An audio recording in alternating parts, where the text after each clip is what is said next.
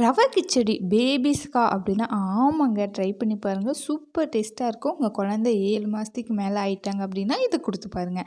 அதுக்கு ஒரு பேனில் ட்ரை ரோஸ்ட் பண்ணி ரவை ஒரு 3 ஸ்பூனை தனியாக எடுத்து வச்சுக்கலாம்.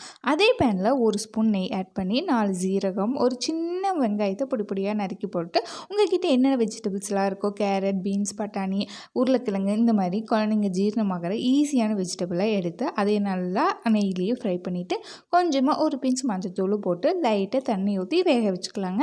உப்பெல்லாம் எதுவும் நீங்கள் ஆட் பண்ண வேண்டியதில்லை.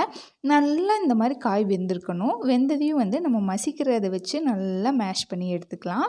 நல்லா மேஷ் பண்ணதுக்கப்புறம் நான் என் குழந்தை 8 மாதத்துக்கு மேலே அப்படிங்காட்டி கொஞ்சம் குறைன்னு வச்சுருக்கேன். நீங்கள் உங்கள் குழந்தைய எப்படி சாப்பிடுவாங்களோ அந்தளவுக்கு மேஷ் பண்ணிக்கோங்க. மேஷ் பண்ணிவிட்டு கூடவே நம்ம ரோஸ்ட் பண்ணி வச்சுக்கிற ரவையும் போட்டு வறுத்துக்கலாம். அதுக்கப்புறம் தண்ணி நல்லா ஒரு கிளாஸ் நிறைய தண்ணி ஊற்றி நல்லா வேக வச்சிங்க அப்படின்னா சூப்பராக இருக்குங்க. மறக்காமல் ட்ரை பண்ணி பாருங்கள். நல்லா இந்த அளவுக்கு வெந்துடணும். வெந்து தண்ணியெல்லாம் சுண்டினதுக்கப்புறம் ஆற விட்டிங்க அப்படின்னா கொஞ்சம் சாப்பிட்ற கன்சிஸ்டன்சி வந்துடும். நீங்கள் வேணும் அப்படின்னா இன்னும் கொஞ்சம் நெய் ஆட் பண்ணி ஆற விட்டு கொடுத்தீங்க அப்படின்னா அவ்வளோ டேஸ்ட்டாக இருக்குங்க.